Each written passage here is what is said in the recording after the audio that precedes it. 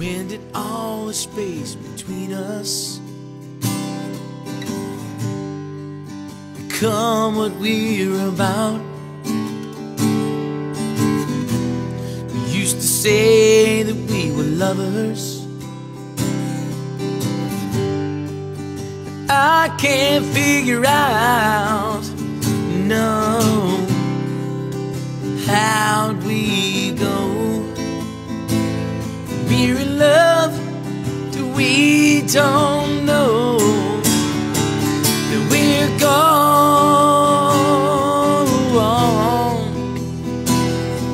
stuck in the middle of who we were and who we are. Gone, so gone. It's like nobody's there. We just vanished into thin air. Thin air.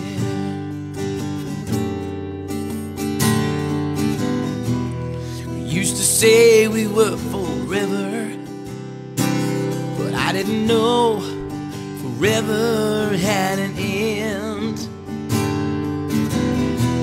And looking back in the darkness, I saw all the signs, but not the message they sent. No, and I long for the healing, but you can't heal what's no longer there. That we're gone,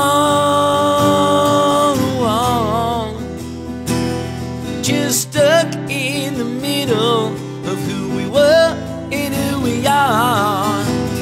Gone, so gone. It's like nobody's there. We just vanished into thin air. I've never given up on anything I ever really wanted, but I don't want to start now. No, no.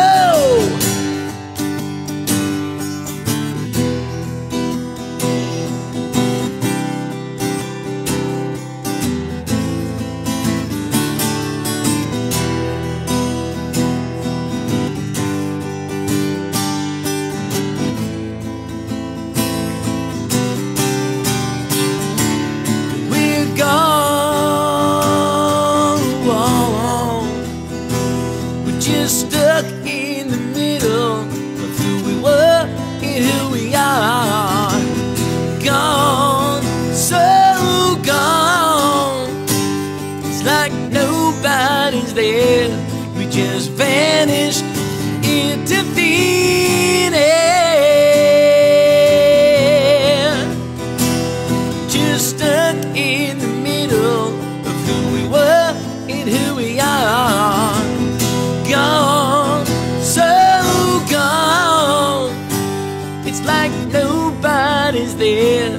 We just vanished into thin air. Thin air.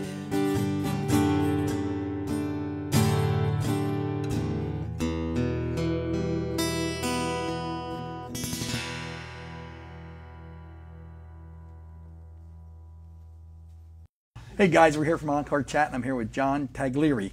And he's a multi-talented player, and guys got to check him out, okay? And John, I want to ask you, give me the rundown from how long you've started, what age, and your whole up to now, as far as what you're doing and everything. Okay, well, I was 5 years old when I started playing guitar. My parents decided I needed a hobby. Okay. Sent me off to guitar lessons. Okay. So, yeah, my whole life I've been playing guitar. I play about 9 instruments.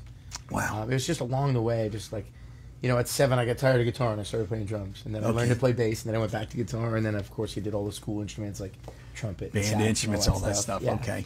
And I play a little bit of piano and any percussion, you know, anything like that. You know, first performance was probably at 15 or 16 years old in a school band, like a rock band. Okay. High school, and you know, here I am a bunch of years later. I've got 12 CDs out and been around the world a few times, and I get to wake up every day and strum a guitar, so I can't complain. You gotta love it. Now, did you study on all those different instruments, or do you you? Mostly self-taught. Okay. I really haven't taken lessons on anything. Okay. Thankfully, it's a knack where if you hand me an instrument and give me a week, I can play it well. Get it? Wow. You know? Wow. So I am not a virtuoso of anything. I am a jack of all trades, master of none.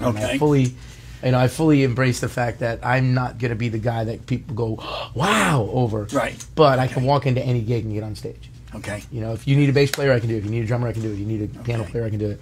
You need a guitarist, a singer. I can cover. I'm the utility guy. Okay, so but I'm not a virtuoso. But see, you had to have some kind of a schooling or background to be able to approach the instruments that way. I mean, whether you taught yourself to lay it out like that. I mean, right? I mean, you know enough where someone says, "Okay, let's play in a key of G," so you do 1-4-5, or you do this. Or whatever. I'd probably say school, like grammar school through high school. Guitar lessons when you're 5-6 years old aren't a lot of theory. There are a lot of, here's a C chord, let's get your fingers working. Yeah, work on that. But when you start playing in the school bands in high school and grammar school and stuff, you start learning more of structure, and because you're sight reading, because you're sight reading everything at that point. Yeah. So through all that time is where I learned theory, and then I went to college for music for 3 semesters because I just hated the program that they were teaching. Okay. And then I left and got an audio engineering degree. Okay. But yeah, probably from 8 or 10 years old all the way through, the beginning of college was all sight reading and theory and all that stuff. Gotcha. But most of the instruments that I learned that I use today were all pretty much self-taught. Okay. I have a really quick ear, even to this day. Like if you play me a song twice, I can play it back for you. Wow. Yeah. So you really probably say you got perfect pitch or relative pitch?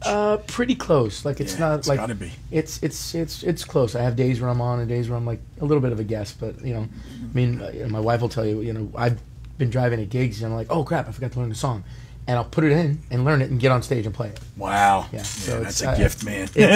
Wouldn't say I have perfect pitch, but I have very. But you know where it's going. Quick retention. Yeah, you know exactly where it's going. You're playing rock music. You're playing pop music. But you find the first chord. If you know the song structure, you can kind of find your way. Figure it out there. Yeah. Now, would you say, John, like if you were to do it, or would you have?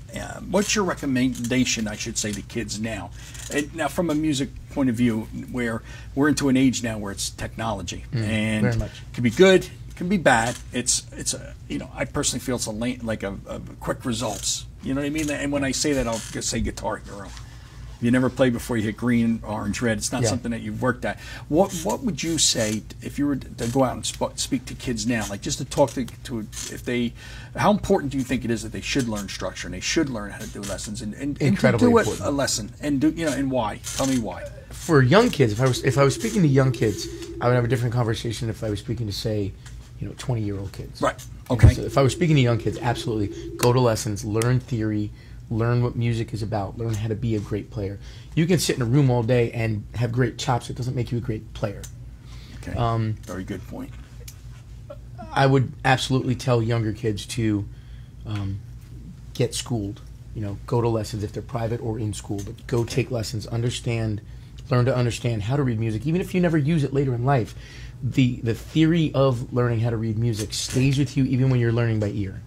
Because your ear picks up, and then your brain remembers all of the structures from reading music and the theory of music, and your brain will tell your ear where to go. And I think it's going to go here next. So yeah, I would absolutely tell young kids to make sure they got themselves schooled in music. Okay. Older kids, I would tell the same thing, but then when you're at that point, you're looking to make a business of it, and that's where I think most fail. I know a lot of great musicians who don't know how to do good business, and that's why you've never heard of them. Okay. I say this about myself in a simple way. I'm never going to be the greatest musician, but I know how to run a business. That's why I have a career. That's why I get to wake up every day and make a fairly decent living strumming a guitar. Not because I'm a great player, but because I'm good at business. Right. Okay. I'm a good enough player. I mean, don't get me wrong. I was going to say no. Yeah. But if you're not good, they're not going to hire you. But I know a lot of people who are unbelievable musicians who don't know how to get out of their own way. Yeah. And they don't want to do PR, and they don't want to do bookings, and they don't want to do all of the things that, unless you have a lot of money to hire people, you better learn how to do. Yeah. So My biggest thing that I always tell, because I've mentored and I've spoken at conferences, is be the greatest musician you can possibly be, and then sort of put that to the side and learn the business of making a career of making music. Yeah. Now you also said, John, you know, audio engineering Yeah. and going to that. So that had to help with writing music and stuff and doing all your original stuff. Yeah. And it's got to be, that's great while you're doing a multi instruments. Yeah. Because you could lay down a lot of tracks yourself. I could sit right? in the And do studio you by do that myself when and you make do a it? whole record. Yeah, I've You done do. that. I've Okay. done a few of my 12 have just been me all by myself. Okay. And then I found that while I was capable of cutting the parts, it was really nice to have other flavors. Because you and I can play the same part and it's not always going to sound the same. Right. So it was really nice to have other flavors come in. So I started having friends or hiring out some, you know, like my current CD that just came out, I have, you know, Lee Turner from Darius Rucker's band playing keyboards on it. Okay. We have Kenny Aronoff and Rich Redmond on drums. You know, Kenny Aronoff. Of course. Rich Redmond is Jason Aldean, Ludacris, Kelly Clarkson. I mean, he's played with everybody. Everybody. Okay. You know, we have Eric Ragno on keyboards, who's played with Alice Cooper and Kiss, and you know, so it's just like while I'm capable of doing it, they're going to bring more to it's it. different than flavors. I can. Yeah. The originality. And it's worth it every time, because the final product you get back is just like you melt. Yeah. You know, they send me tracks back and I open them up and I'm just like, ah. Wow. So it's It's so awesome. You know? See, now that there is where the internet and everything is great Yeah. for. You're using it. Yeah. In the right form, in a sense, you know, by you know, in the computer, by doing stuff with different players. They don't have to be in the same room with you now. No, and case in point, you had Alan Bowers on your show. Yep. Alan played on my record. Alan and I have never met physically. We've incredible. known each other for years, but we've just never been in the same Connected. room at the Wow. same time. Just It's like, hey, I'm going here. Hey, I'm going there. I'm like, you know. So, yeah. But he played on my record. Like, and that's the great thing about technology today, is you can do things like that. You know, Kenny Aronoff has been my idol since I've been 12 years old. Yeah, Kenny. I sent him a note. Would you play on my record? Absolutely. Send me a track. Wow. You know, the first time my phone rang and it was Kenny, because we talked to get ready for the sessions. You know, when the phone rang, I had a 12-year-old girl moment. I was like, ah. Yeah. Calm down. Hey, Treat it like it is. you know, Yeah, exactly. But again, you know, I didn't meet him till after the sessions. You know, he was happened to be playing up near where I live. So I called him up. I'm like, dude, I'm going to come to the show. And we got to meet and hang out. And Oh, wow. Wonderful, wonderful guy. Same thing with Rich Redmond. I've known Rich for a few years. Sent him a note. Hey, Rich, I'm doing a new EP. You want to play on it? He's like, yeah, absolutely. Wow. You know, and again, we've never physically met, but we've just known each other for a while. See, it's amazing. The whole. No more cutting things live in a room with all 5 guys together anymore. Yeah, it's well, unless you're in a band. If you're in a band, that's easy. But when you're a Yeah. solo guy, it's so nice to be able to go, hey, I've got Yeah, these you've got long top distance. caliber As I'm saying, you got players. long distance relationships with state of the art people. We cut this record in 9 different studios. I was only in one of them. Wow. And everybody, like, I would cut acoustic, click, and vocal, send it out. Everybody would cut parts, send them back through Dropbox. All we do was Dropbox back and forth, and then I would assemble everything in my studio. Wow. And it was fantastic. Now, let me ask something, because and I know I'm straying off a little bit with this because I'm interested. I'm very curious with this. Yeah. When you have 12, if you got these guys doing 12, you know, different tracks in different studios, and this could be ignorance on my part, do you hear difference in tones? Like, do you have to blend them because of the way they're recorded, or is it like direct? Like, I'm used to the old way with the sound of the room and different things. Like, I mean, every studio sounds a little different, but you got to realize too that, you know, like a Kenny Aronoff or a Rich Redmond, they're recording in $10 million studios. You know, so I'm getting back these unbelievably great sounding tracks. That my studios, I don't have like a little in the corner that we just stuck their home studio. When we built my house, I was telling Joe earlier, we built an addition onto the house strictly to be the studio. Okay. All right. From So the slab up. All right. It was designed by an acoustic engineer. Everything is acoustically great. It's sponsored by Auralex. It's sponsored by Personas. Auralex tuned it. Wow. Like it just sounds amazing. So while it's not a $10 million studio, it still puts out a great sound. But it really helps when I'm getting these tracks in from these bigger studios that just sound amazing. To mix it in with everything. Now that too, we built my studio to be a drum room. I wanted live drums. And I built the studio saying, if we can make drums sound great in here, we can make everything else sound great in here. because it's hard. Drums are probably the hardest thing to really cut Get it live and good. make sound good. Yeah. So we really focused on making sure the room was tuned to be a great drum room, and then everything else will fall in. And so the studio itself sounds great. The mixing room is very true. What comes out of the speakers is what is exactly what you get. Wow. Yeah. Wow. My mastering guy is like, I really don't have to do much, a little sweetening, because it just comes out sounding really good. Wow. So, but again, getting tracks in from all over all these bigger studios really just it makes it great, because I'm getting such clean, beautiful tracks in that I can do anything I want to them. I don't have to fix anything. Yeah. You get a lot of those guys that are like, so oh, we'll just fix it later. I'm like, that's the worst thing you ever want to say in the studio. Well, it's in the mix. You get rid of it. Wow. Well, John, then I guess to sum it up, or what I want to do is kids out there, you got to tell them it's real important to study, right? Yeah, I mean, you really absolutely. think they should and do and learn, and it helps you in every way, any way, shape, or. I've always said you can do business for business or business for your ego. If you do business for your ego, you're going to have a very short career. If you do business for business, your ego will get served, because your business will grow and you'll be on stage a lot. I play 240 shows a year. Wow. That means 240 nights a year my ego gets its job done. And then I step off stage and go back and do business. But if I didn't do the business, I wouldn't have the gig schedule I have. I go to Key West 6 months a year, every other month. And I get on stage in front of, I don't know, throughout the course of a year, I mean, I'm probably on stage in front of 500,000 people in Key West. Wow. Because there's nights, maybe, 300, between 300 and 400,000 people in the course of a year down there. That keeps the ego very happy. Feeds you a lot. You kidding? Absolutely. I've had some of my greatest shows of my entire career down there, and I've done some amazing things in my career. There have been some magical nights down there. I've gotten a tour around the world. I go out, in a few weeks I'm going out again for the military. Okay. And I've traveled the world playing for the military. There's some things you get to do that are just unbelievably humbling. Yeah. And very ego-serving, because you get that, feeling. but none of that would happen if the business wasn't right. Right.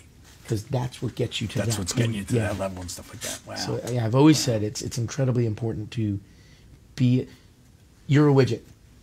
I don't care if you're a guitar player, you're putting out a CD, you're a drummer. You are a widget. There's a million of you out there. If you can't learn to sell your widget, what good is it? It's nothing. Yeah, it's not worth anything. Yeah. Your CD, whether you're a musician, whatever you are, you're running a business. You're running a music store. You're running a deli. If you can't set yourself apart, find your niche and find your fans and run your business right, you're going to have a short career. You're going to have a problem. Yeah. Now, I want you to tell everybody, guys, you got to go check out John's stuff. He's got 12 CDs. So tell them where they can get it, John.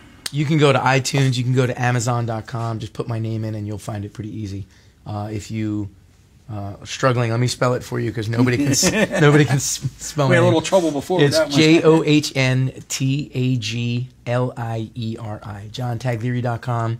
Facebook, John Taglieri Music. Twitter, John Taglieri.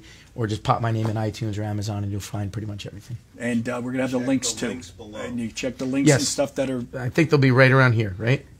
Yeah. A little lower? Right around there. We'll get the links and they're done. We'll get the links right there. That's it. John, thanks a lot for stopping by. I appreciate it so much. Thanks so much for educating everybody and having a great time. And guys, check out the stuff. And thanks again for stopping in the Encore chat. And we'll talk to you soon. Really put an effort in to learn an instrument. It's so important. Thanks again for lending an ear. Thanks for stopping in to Encore Chat. I'm Pete Schmiedhauser, that owns a small little store called Schmied's Music, 831 Route 10 East in the Pine Plaza Shopping Center in Whippany, New Jersey. Thanks, guys, and stay in touch to see more videos to come.